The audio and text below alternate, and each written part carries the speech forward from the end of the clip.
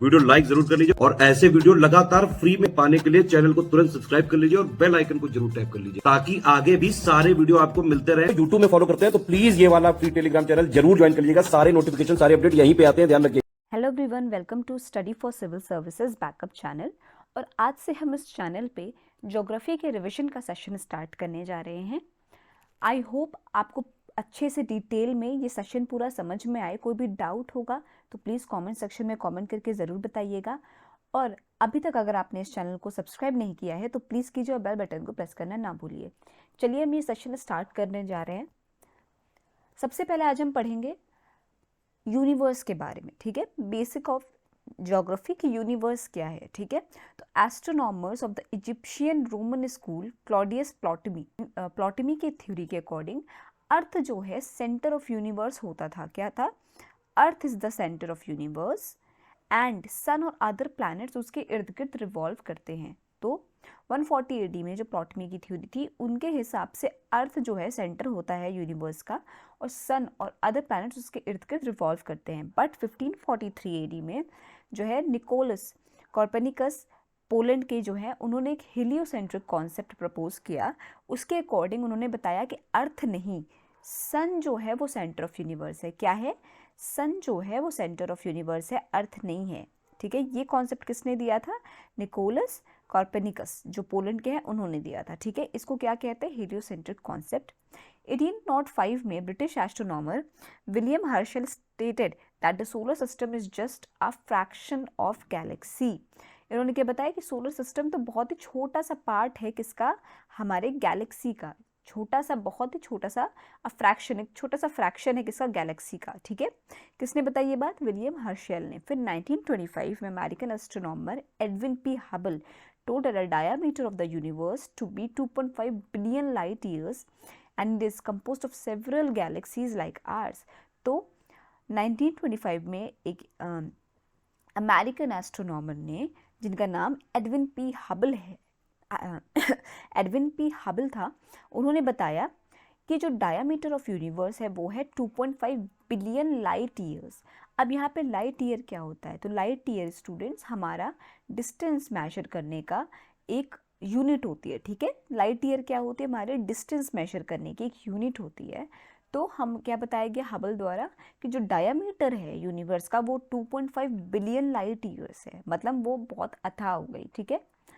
इतने बड़े तो यूनिवर्स के डायमीटर है और उसमें बहुत सारी गैलेक्सीज हैं, ठीक है।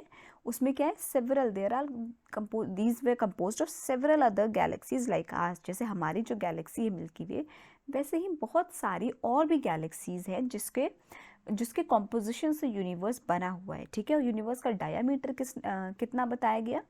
2.5 billion light years. Light year क्या है? हमारा डिस्टेंस मेजर करने का एक यूनिट है, ठीक है। अब नीचे आ जाते हैं, पढ़ते हैं बिग बैंग थ्योरी, ठीक है।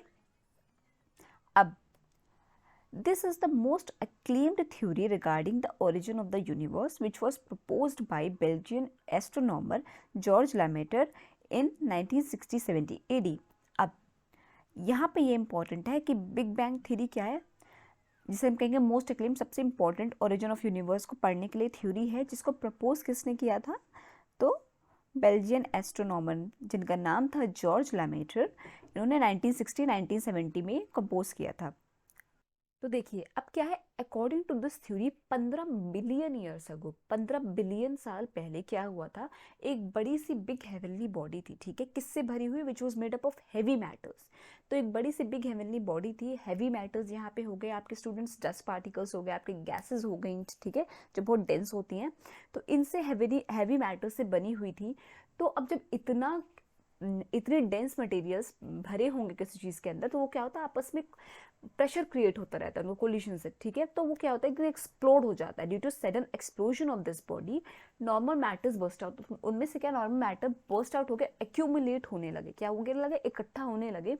उनकी वजह से क्या हुआ? बहुत सारी सेलेस्टियल बॉडीज फॉर्म हो गई और उसी को हम क्या कहते हैं कि ऐसी हमारे गैलेक्सी का फॉर्मेशन हुआ।